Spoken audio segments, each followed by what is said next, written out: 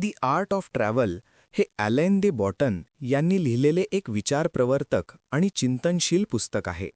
हे पुस्तक साधे प्रवासवर्णन किंवा मार्गदर्शक नाही. यात कोणती ठिकाणे पाहावीत, कुठे थांबावे किंवा काय खावे याची माहिती दिलेली नाही. त्याऐवजी हे पुस्तक आपण प्रवास का करतो, प्रवासातून आपल्याला काय अपेक्षा असतात आणि प्रत्यक्ष अनुभवात त्या अपेक्षा कशा बदलतात याचा सखोल विचार करते. लेखक सांगतो की प्रवास म्हणजे फक्त एका ठिकाणाहून दुसऱ्या ठिकाणी जाणे नाही. तो आपल्या मनाशी, कल्पनांशी आणि भावनांशी जोडलेला अनुभव आहे. प्रवास हा बाह्य जगाचा शोध असला तरी तो तितकाच आपल्या आतल्या जगाचाही शोध आहे. पुस्तकाच्या सुरुवातीला प्रवासाच्या कल्पनेविषयी चर्चा केली आहे.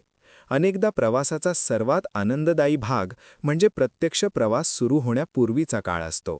आपण एखाद्या नवीन ठिकाणाबद्दल विचार करतो, त्याची छायाचित्रे पाहतो, तिकिटे काढतो आणि मनात सुंदर चित्र रंगवतो. आपल्या कल्पनेत ते ठिकाण परिपूर्ण असते. तिथे कोणतीही अडचण नसते, थकवा नसतो, निराशा नसते. आपल्याला वाटते की नवीन ठिकाणी गेल्यावर आपण अधिक आनंदी होऊ, आपल्या समस्या मागे पडतील आणि जीवन नव्याने सुरू होईल.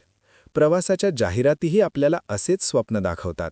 समुद्रकिनारी शांतता, पर्वतांमध्ये निवांतपणा, ऐतिहासिक शहरात रोमॅन्टिक वातावरण. पण लेखक हलक्या शब्दात सांगतो की आपण जिथेही जाऊ, आपले स्वभाव, चिंता आणि सवयी आपल्या बरोबरच जातात.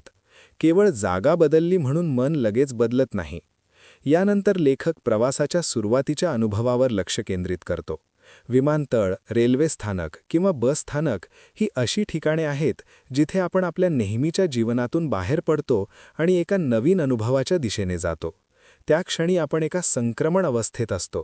आपण पूर्णपणे घरचे नसतो आणि अजून नवीन ठिकाणी पोहोचलेलेही नसतो. या अवस्थेत एक वेगळीच शांतता आणि मोकळेपणा असतो. मात्र आजच्या काळातील वेगवान प्रवासामुळे या बदलाची जाणीव होण्यास फारसा वेळ मिळत नाही. काही तासात आपण हजारो किलोमीटरचा प्रवास करतो. शरीर नवीन ठिकाणी पोहोचते, पण मनाला तिथे जुळवून घेण्यासाठी वेळ लागतो. त्यामुळे कधीकधी गोंधळ किंवा तुटलेपणाची भावना निर्माण होते. नवीन ठिकाणी पोहोचल्यानंतर अनेकदा अपेक्षा आणि वास्तव यामध्ये फरक जाणवतो. आपण ज्या शहराची कल्पना केली होती ते तंतोतंत तसे नसते. गर्दी, हवामान, भाषेची अडचण किंवा थकवा यामुळे आपल्याला निराशा येऊ शकते. लेखक सांगतो की ही निराशा त्या ठिकाणाची चूक नसते, ती आपल्या अपेक्षांची असते. आपण असे गृहीत धरतो की नवीन वातावरण आपल्याला लगेच बदलून टाकेल, पण आपल्या मनाची स्थिती तशीच राहते. जर आपण घरच्या घरी अस्वस्थ असू तर परदेशातही अस्वस्थ राहू शकतो. ही जाणीव थोडी कठीण असली तरी ती आपल्याला एक महत्त्वाचा धडा शिकवते. आनंद हा फक्त बाह्य परिस्थितीवर अवलंबून नसतो. पुस्तकातील एक महत्त्वाचा विचार म्हणजे लक्ष देण्याची कला. आपण प्रवास करताना अनेकदा घाईघाईने ठिकाणे पाहतो, फोटो काढतो आणि पुढे जातो, पण आपण खरोखर पाहत नाही.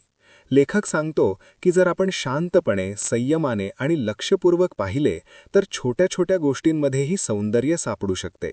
एखाद्या जुन्या इमारतीची रचना, रस्त्यावर पडलेला सूर्यप्रकाश, एखाद्या अनोळखी व्यक्तीच्या चेहऱ्यावरचे भाव या सगळ्यात अर्थ आणि भावना असतात. प्रवास आपल्याला पाहण्याची सवय बदलायला शिकवू शकतो. जेव्हा आपण नीट पाहायला शिकतो तेव्हा साधेसुधे ठिकाणही विशेष वाटू लागते. लेखक प्रवासातील अनोळखीपणाच्या आकर्षणाबद्दलही बोलतो. आपल्याला आपल्या संस्कृतीपेक्षा वेगळी संस्कृती अनुभवायची असते. आपल्याला वाटते की दुसऱ्या देशात लोक अधिक मुक्त, अधिक उत्साही किंवा अधिक खरेपणाने जगतात. कधीकधी ही इच्छा आपल्या स्वतःच्या जीवनातील असमाधानातून येते. पण लेखक सांगतो की दुसऱ्या संस्कृतीकडे फक्त आपल्या स्वप्नांच्या नजरेतून पाहणे योग्य नाही. आपल्याला संयम आणि आदराने समजून घ्यावे लागते, अन्यथा आपण फक्त वरवरचा अनुभव घेऊन परततो. निसर्गाचा अनुभव हा या पुस्तकाचा एक महत्त्वाचा भाग आहे. पर्वत, समुद्र, वाळवंट किंवा जंगल यांसारखी ठिकाणे आपल्याला आपल्या लहान चिंतांपासून दूर नेतात. विशाल निसर्गासमोर उभे राहिल्यावर आपल्याला आपल्या समस्या क्षुल्लक वाटतात. निसर्ग आपल्याला नम्र बनवतो आणि जगाच्या व्यापकतेची जाणीव करून देतो. पण येथेही लेखक सांगतो की फक्त सुंदर ठिकाणी पोहोचणे पुरेसे नाही. जर आपले मन अस्वस्थ असेल तर आपण त्या सौंदर्याचा पूर्ण अनुभव घेऊ शकत नाही. त्यामुळे प्रवास हा बाह्य आणि आंतरिक तयारीचा एकत्रित परिणाम असतो. कला आणि वास्तुकलेबद्दलही पुस्तकात विचार आहे. एखाद्या चित्राकडे किंवा ऐतिहासिक इमारतीकडे लक्षपूर्वक पाहिले तर आपण केवळ माहिती मिळवत नाही, तर पाहण्याची दृष्टी विकसित करतो. कला आपल्याला सूक्ष्म गोष्टी ओळखायला शिकवते. प्रकाश, छाया, रंगसंगती, रचना. जेव्हा आपण हे समजून घेतो तेव्हा वास्तव जीवनातही आपली नजर अधिक संवेदनशील होते. प्रवासातील संग्रहालये किंवा ऐतिहासिक स्थळे ही केवळ पर्यटन स्थळे नसून शिकण्याची संधी असतात. प्रवासात एकटेपणाची भावना देखील येऊ शकते.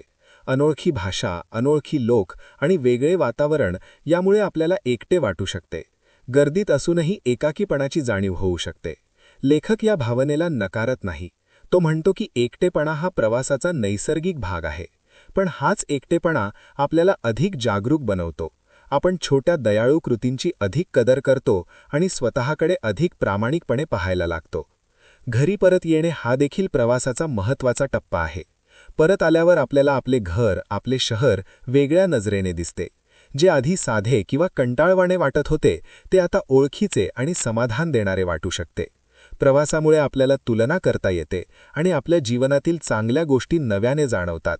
या अर्थाने प्रवास आपल्याला आपल्या स्वतःच्या आयुष्याचे मूल्यमापन करायला मदत करतो. संपूर्ण पुस्तकात लेखकाचा सूर शांत आणि विचारशील आहे.